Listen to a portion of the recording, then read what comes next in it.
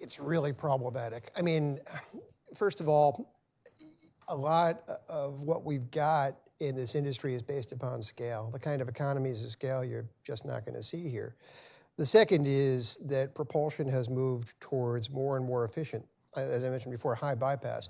Typically, at the time of Concorde, take you back, commercial baseline engines were 1-to-1 bypass, and Concorde was a little less than that. You started to see the advent of high bypass turbofans around the time Concorde entered service. Those were about 4 or 5-to-1. Today's commercial jet engines, the very best that are just coming online, are 11 or 12-to-1. That is to say, there's an awful lot of air not being burned going around. That makes them quieter, much more efficient. A supersonic engine still needs to be around 1-to-1. Now, variable cycle, that's intriguing. Could we harvest that? Yeah, the Air Force has looked at variable cycle many times over the years. Kind of pulled back from that as being a bit too expensive, a bit too complex, but it might just surface again as a very promising technology. Is it available for today's use? I don't think so. What we're looking at doing today is taking an off-the-shelf engine, it's probably what Aerion's going to do, I'm sure what Boom is going to do, and simply refanning it to a much smaller fan so you get a much lower bypass ratio. When Boom flew their demonstrator back a couple years ago, they punted on the issue. They used a 50-year-old engine just to say they had an engine. And they're proving an airframe, which is great. But really, the key enabling technology here is the engine. And that's true. But again, we won't see innovation in this for a while until we're able to, at least I contend, until we're able to create a market around it and start getting money infused into these things. Like the big players are all looking at supersonic flight, at least on the margins. But where we're seeing disruption, at least right now, is with these small players. And whether they are able to, pardon the pun, take off or not, it really will depend on creating standards for what can happen today. And by the concerns of yore, what sunk the Concorde over land is the idea that there are environmental concerns and noise concerns, and those go away if you actually look at the scientific research. A lot of them do. Let's dive into that a little bit more. So I know that, with all of the action around potentially lifting the supersonic ban over land, there's been environmental groups that have been concerned about, what the effect of that on the environment would be. Can you give us a brief rundown of what their concerns are and whether they're valid? Sure. So when it looked like we might lift up the ban over land here in the U.S., a few folks wrote a lot of op-eds in the New York Times and released a report. Carl Pope, from the executive director of the Sierra Club, was one of them, and he primarily cited that these vehicles are inefficient and they could lead to catastrophic ozone loss. And then there was another report from the ICCT, the International Council on Clean Transportation, that tried to estimate, based on one of Boom's marketing models, whether or not these things would actually be efficient or not. And so we'll take both claims first. First, the ozone loss it's been debunked.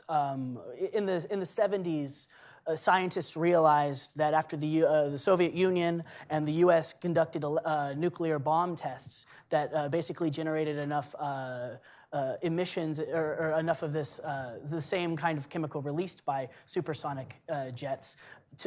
Basically, I think the quote was 500 Concordes running 7 hours a day for 5 years with each of those tests. And there was no ozone loss. We also know that at least supersonic planes going create as much ozone as they rise to 55,000 feet as they offset. So they're essentially ozone neutral. So that claim is bunk. Emissions, obviously, we have to see where the technology goes. Traditionally, Concordes did run significantly inefficient. And as Richard has claimed, as cited, that it's likely that the new engines will be less efficient as related to subsonic, as related to their subsonic counterparts. Now, it is also true that totally, internationally, emissions from all jets and all aviation accounts for about 2% of emissions worldwide.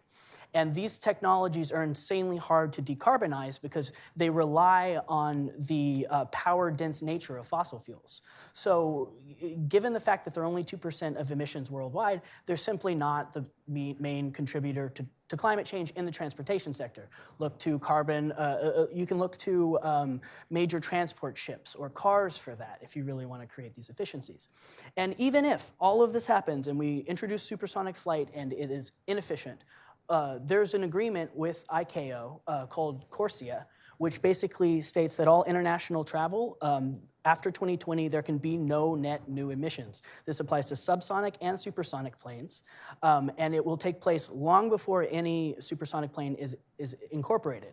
Now, there's some issues around whether, if we do lift the ban over land, whether this will apply in the Paris agreements, because we've obviously backed out of those, and that would apply to domestic aviation.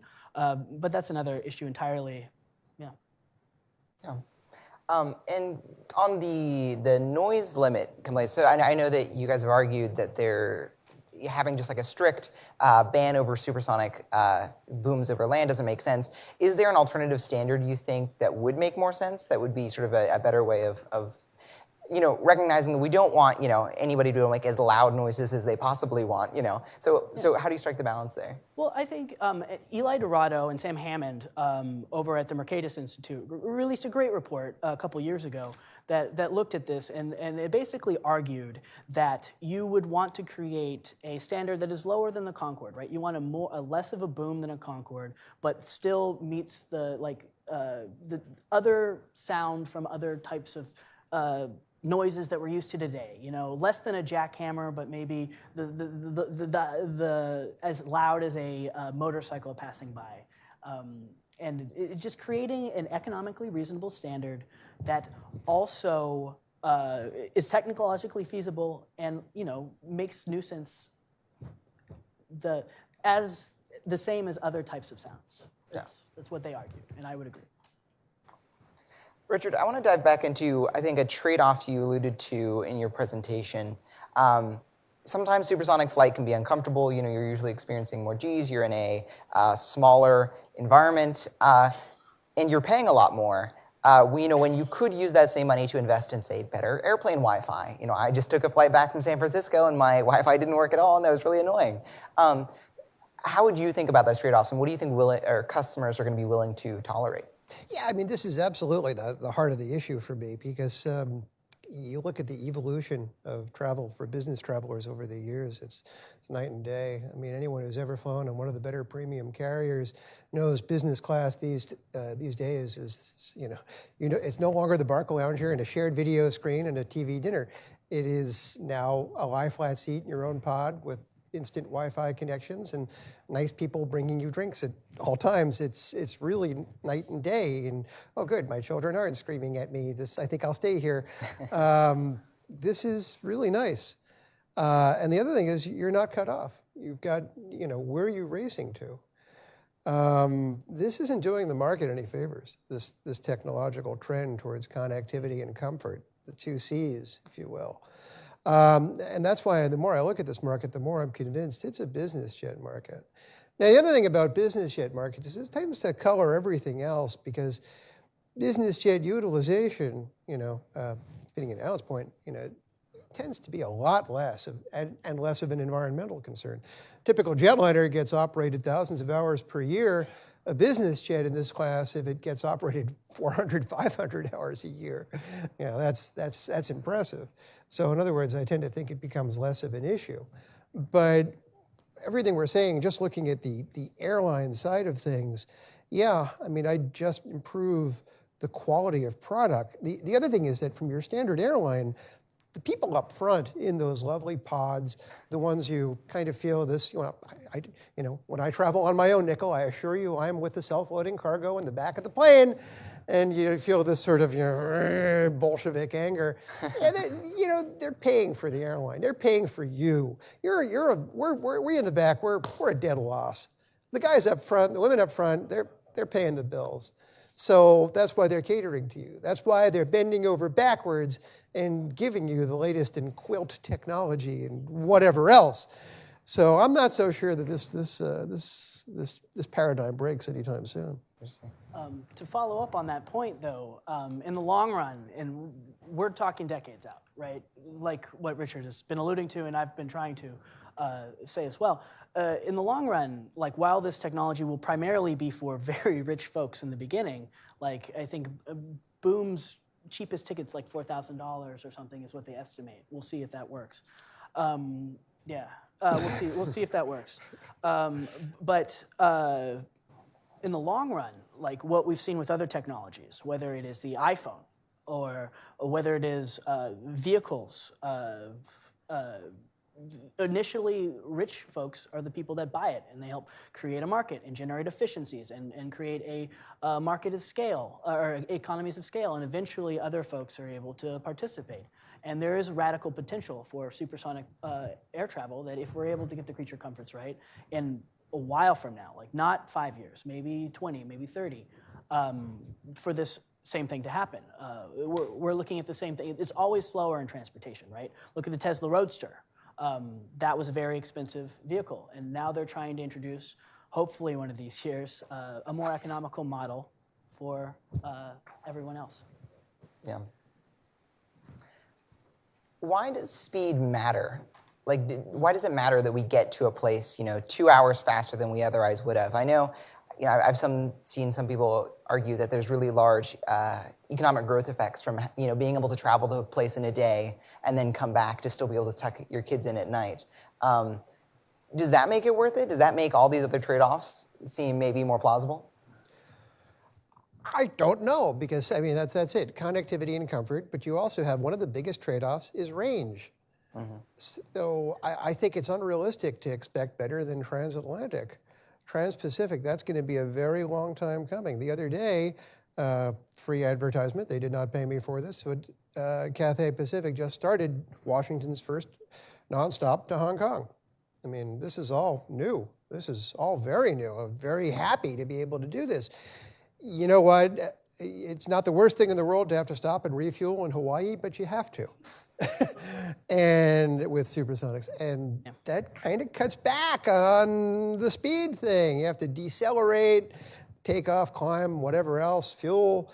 So we're really talking about a transatlantic market here. Even when we get to cross land, which, you're right, technologically, there's no reason it can't happen. No reason it can't happen. What's that market? That's kind of a Southwest market. I mean, DC to LA in 2 hours? DC to LA in 2 hours. You know what? You go to the front of these jets and you talk to the people there. How many are in first class on an upgrade? Guilty as charged. Very few people actually pay that kind of cash. There are bankers, we all remember the classic late 90s Nerdbird that flew between Dulles and Sunnyvale, tech corridor to tech corridor. Even that never had the kind of yields you need to get to supersonic. So I like the idea, but you're still talking about a tiny minority of travel. Perhaps. Again, we have to help create that market and see if it works. So we're a ways off from that. I would also add, there's a lot of research that looks at how improving the efficiencies of travel also boosts trade, for example. Like after World War II, when we moved to jet propulsion from propellers, we saw a 700% increase in US travel abroad. There's other research that shows that when you increase, I think it's from Jennifer Poole over at American, actually. When you increase the amount of folks coming here by